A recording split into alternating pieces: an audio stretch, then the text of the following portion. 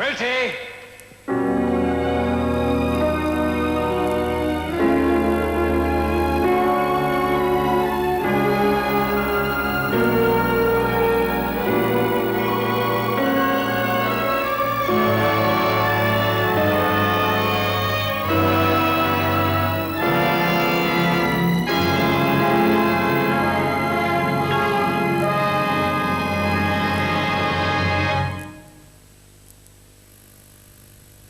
A season of films new to television opens on Wednesday night on 2 with Mrs. R's Daughter, based on the true story of a mother's determined fight to bring to trial the man who raped her teenage daughter. Cloris Leachman and Susan Hubley star as Mrs. R and daughter at 9 o'clock on Wednesday. In part 2 of The Triumph of the West, John Roberts analyses the powerful influence of Greek civilization which affected the development of the Roman Empire and Christianity.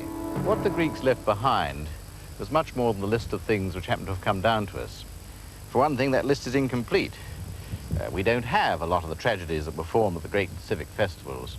We have only a few buildings, and those mostly in ruins or damaged. The whole achievement of Greek civilization was much greater than the sum of its parts. Perhaps that explains why people make their own choice of importances within it. For me, the important things were the Greek respect for reason, and their belief in the possibility of the autonomy of the individual in his self-directed free life. Those were new ideas. They hadn't cropped up in the great civilizations of Egypt and Mesopotamia. Of course, in practice, they didn't always work out very well. But it's always a selection of the past, and not the complete past, that is in fact what shapes the future. Part 2 of The Triumph of the West on Monday at 8:10 on BBC2.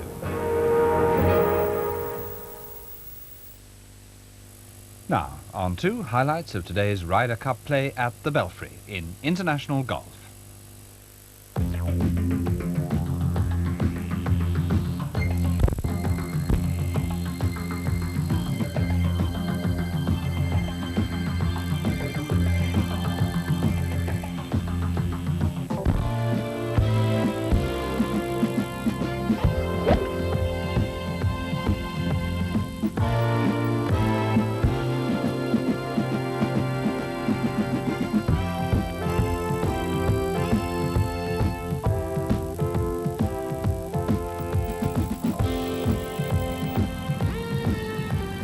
Good evening. Well, as you can imagine, tremendous anticipation here at the Belfry today on this second day of the Bell-Scotch Ryder Cup, with Europe only 1 point behind the United States after yesterday's play.